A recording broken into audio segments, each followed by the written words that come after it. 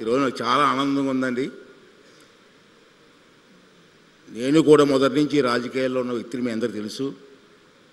పెద్దలు ఎన్టీ రామారావు గారు, చంద్రబాబు నాయుడు గారు సహకారంతో ఈ స్థాయికి వచ్చాను.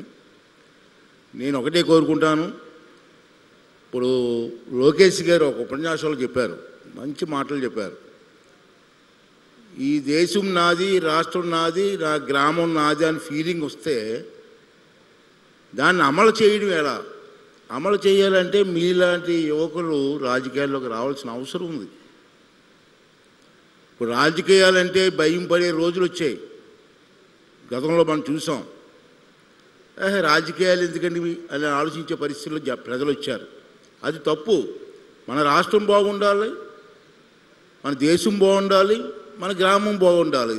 దానికి మన బాధ్యత ఏంటి చెప్పి కూడా మీ యువత ఆలోచించవలసిన అవసరం ఉంది. ఇప్పుడే లోకేష్ గారితో మాట్లాడినప్పుడు పిల్లలంతా చాలా బ్రహ్మాండంగా, నిన్న కూడా వచ్చాను, నేను చూశాను మీ పెర్ఫార్మెన్స్. మాకంటే బ్రహ్మాండం చేస్తున్నారు మీరు. నేను వాస్తవం చెప్తున్నాను. ఎంచేదంటే మీ పిల్లలు మనసుల్లో ఏమీ లేదు, ఫ్రీగా రాష్ట్రం కోసం ఆలోచిస్తున్న వయసులో వచ్చారు మీరు. మాలో కుతంత్రాలు ఉంటాయి. రాజకీయ నాయకులు ఆ పార్టీ ఈ పార్టీ ఈ పార్టీ కొట్టుకో, రాష్ట్రం పోయినా పర్లేదు, మా ప్రెస్టేజీలు వేరుగా ఉంటాయి. అంచే స్వచ్ఛందమైన మనసుతో రాజకీయాలు చేస్తే రాష్ట్రం ఎందుకు బాగుపడదండి, దేశం ఎందుకు బాగుపడదండి? అందుకే ఇవాళ మిమ్మల్ని చూస్తుంటే నాకు చాలా ఆనందంగా ఉంది. మరి ఇటువంటి కార్యక్రమానికి ఆర్గనైజ్ చెయ్యాలని చెప్పి ఆలోచన చేసిన వ్యక్తిని కూడా లోకేష్ గారిని మనందరం కూడా అభినందించవలసిన అవసరం ఉంది. చాలా బ్రహ్మాండంగా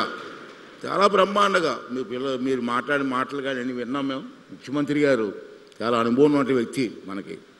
వారి సమక్షంలో మీరు మాట్లాడితే మాటలు చూస్తే ఎంత హ్యాపీ ఫీల్ అయ్యామంటే, 8వ తరగతి 9వ తరగతి 10వ తరగతి పిల్లలే ఎంత బ్రహ్మాండంగా మాట్లాడితే, రేపు మీరు డిగ్రీస్ పాస్ అయ్యి ఇంజనీరింగ్ పాస్ అయ్యి రాజకీయాల్లోకి వస్తే ఈ సమాజం కోసం ఎంత ఆలోచిస్తారో ఒకసారి మీరు అందరూ కూడా ఆలోచించవలసిన అవసరం ఉంది.